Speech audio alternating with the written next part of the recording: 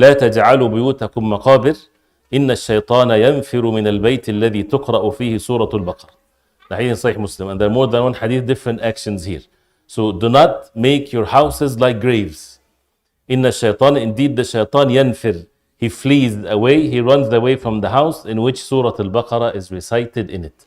The previous hadith talks about shaitan and the shayateen working in the house.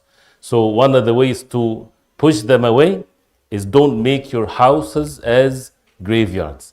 The graveyards, it's not permissible to pray or to make salah in the graveyard. So that means make salah in your houses. The nafl salah. For men, make your nafl salah at home. The night prayer to be prayed. Nafl salah at the time when it's permissible to make salah. The Prophet ﷺ, when he said in the authentic hadith that if a person enters his house and he prays 2 rak'ah, it protects him from madkhal as-su', from the evil of entrance of the house. And if before he leaves, he prays 2 rak'ah, it protects him from the evil of exiting the house, of what's outside of the house. So the responsibility of the man of the household, that he needs to make ibadah in the house.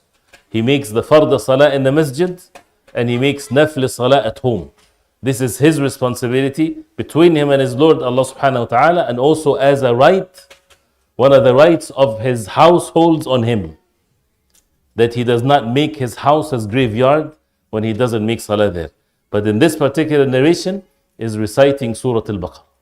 Shaitan runs away from a house that Surah Al-Baqarah is recited. And in other narrations that he leaves the house for 3 days. And it doesn't have to be only that the man recites Surah Al-Baqarah, because it says, إِنَّ الشَّيْطَانَ يَنْفِرُ مِنَ الْبَيْتِ الَّذِي تُقْرَأُ فِيهِ. Tuqra in the passive tense. That means as long as Surah Al-Baqarah is recited in the house.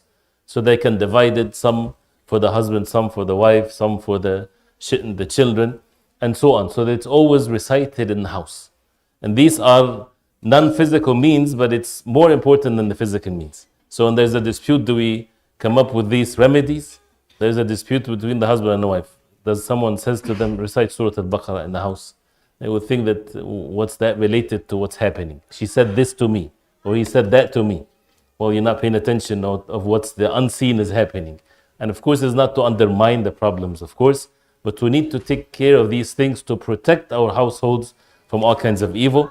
And the most evil of it is that the shayateen are present. So one of the jobs that we have towards our family is that we don't allow the shayateen to come into the house. By reciting Surah Al-Baqarah, by making salah, by removing all of the images, as the hadith of the Prophet ﷺ, that the angels does not enter a house, إن الملائكة لا تدخل بيتا فيه surah that has an image in it, كلب أو surah, dog or an image of a living thing, and the image is the head. So things like that to be removed, and of course sins in the house is one of the means that brings shayateen, and therefore brings other things with it. So constantly making istighfar and repenting to Allah subhanahu wa ta'ala. The next hadith also related to this, عن أبي هريرة رضي الله عنه قال قال النبي صلى الله عليه وسلم رحم الله رجلا قام من الليل فصلى وأيقظ امرأته فإن أبت نضح في وجهها الماء رحم الله امرأة قامت من الليل فصلت وأيقظت زوجها فإن أبى نضحت في وجهه الماء. This is reported by Imam Abi Dawud and others. May Allah subhanahu wa ta'ala have mercy. This is the words of the Prophet alayhi salatu wasalam. May Allah have mercy upon a man قام من الليل, who gets up at night to pray. وأيقظ امرأته, and he wakes his wife. If she refuses, he sprinkles water on her face. May Allah have mercy on a woman who gets up at night to pray and wakes her husband. If he refuses, she sprinkles water on his face. This is the type of التعاون على البر والتقوى, which is another subject. Are we helping one another in our houses on matters of righteousness and fear of Allah? Helping one another. Helping one another to increase the iman.